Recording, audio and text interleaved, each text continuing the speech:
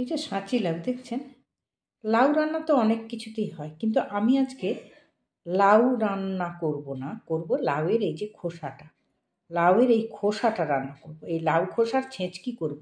তো এই লাউ খোসার ছেঁচকিটা আমি কিভাবে বানাই সেটাই আপনাদের সঙ্গে শেয়ার করব। আজকে আমার রেসিপি লাউ চুপির তরকারি। এই যে লাউ খেয়ে নেওয়ার পরে এই লাউ চুপিটা অনেকে ভাজা করেন, আমি আজকে করব লাউ এই যে চুপি, অর্থাৎ লাউয়ের যে খোসা, সেই খোসার তরকারি, ছেঁচকির মতোও বলতে পারেন। তার জন্য আমাকে নিতে হয়েছে একটা বেগুন নিয়েছি, আর নিয়েছি মূলো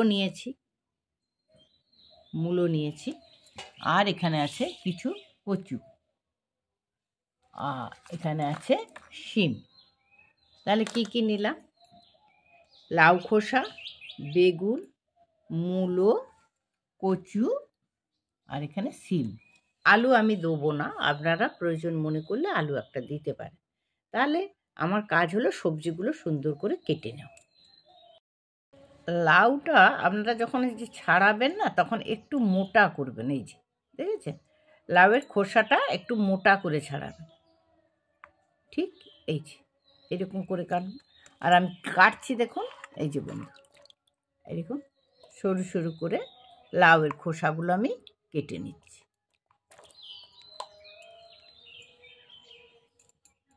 এখানে আমি কিছু বড়ি নিয়ে নিয়েছি, ভাজবো। আর এখানে একটা মশলা করে নিচ্ছি, এই যে কিছুটা চাল মগজ নিয়েছি, আর একটু পোস্ত, 1 চামচ পোস্ত আর কিছুটা চাল মগজ, এটা আমি ভিজিয়ে দিচ্ছি। আর এখানে বড়িটা ভেজে নেব। কড়াই তেল গরম হয়ে যাচ্ছে, বড়িটা ভেজে নিই। আর এদিকে বন্ধু আমার আনাজটা কাটা হয়েছে, এই যে বেগুন, আর এটা এই যে লাউ স্কিন, লাউয়ের যে স্কিনগুলো কেটে নিয়েছি।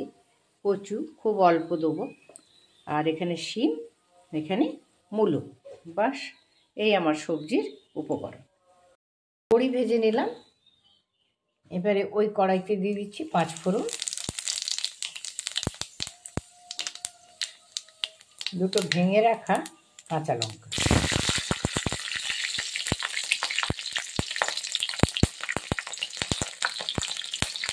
এবার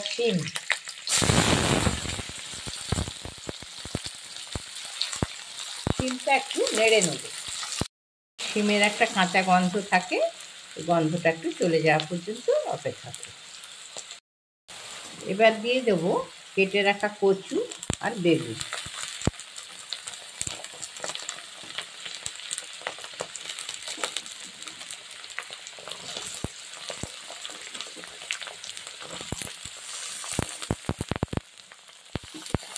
এটা একটু ঢাকা দিয়ে আমি নাড়ব, যতক্ষণ না বেগুনগুলো নরম হয়ে যায়।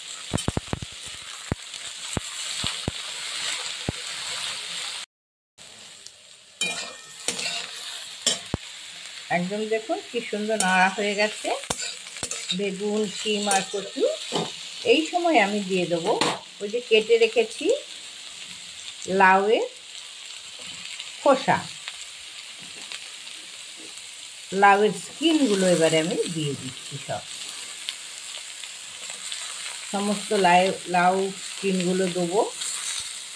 আর মূলোটাও এই সময় আমি যোগ করে দিচ্ছি। মূলোটা আমি সবসময় শেষে দিই, তাই মূলোটাও দিলাম।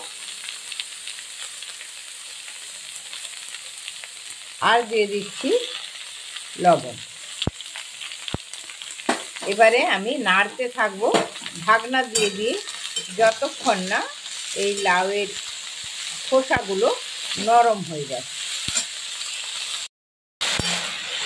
নাড়তে নাড়তে দেখুন সমস্ত সবজিগুলো কি সুন্দর নরম হয়ে এসছে। এই সময় আমি দিয়ে দিচ্ছি হলুদ আর লঙ্কা গুঁড়ো। আবারও ওই একইভাবে নাড়াচাড়া।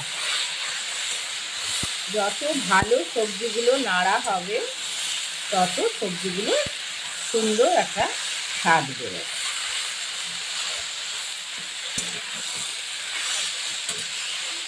এই সময় আমি দিয়ে দিচ্ছি এই বেটে রাখা মশলা, চালমগজ আর পোস্ত। বেশি মশলা এটা লাগে না, তাই 2 চামচ চালমগজ দিয়েছি আর 1 চামচ পোস্ত দিয়েছি। এবারে একটু বেশি সময় ধরে এই সবজিটা আমি কষিয়ে নেব।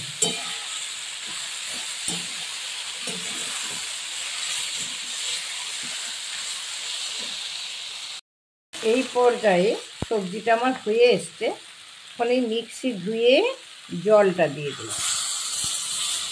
বেশি জল দেবো না, কারণ সেদ্ধ হওয়ার মতো তেমন কিছুই নেই। এই সময় আমি দিয়ে দিচ্ছি আখের গুড়। চিনি দিই, আখের গুঁড়ো দিই, দুটো যে কোনো মিষ্টিটা দিলেই হলো, চিনি হোক আর আখের গুঁড়ো হোক, টেস্টটা ব্যালেন্স করার জন্য।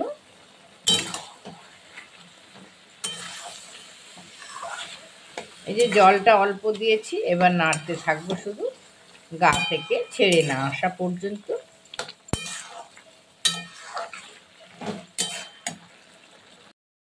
আমার লাউ খোসার সবজি কিন্তু কমপ্লিট।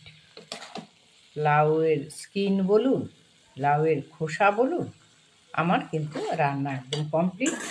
এবার আমি উপর থেকে একটু ছড়িয়ে দিচ্ছি বড়ি, আর অবশ্যই একটু কাঁচা সর্ষের তেল। বাস, আমার লাউ স্কিনের সবজি তৈরি। এবার আমি নামিয়ে পরিবেশন করি।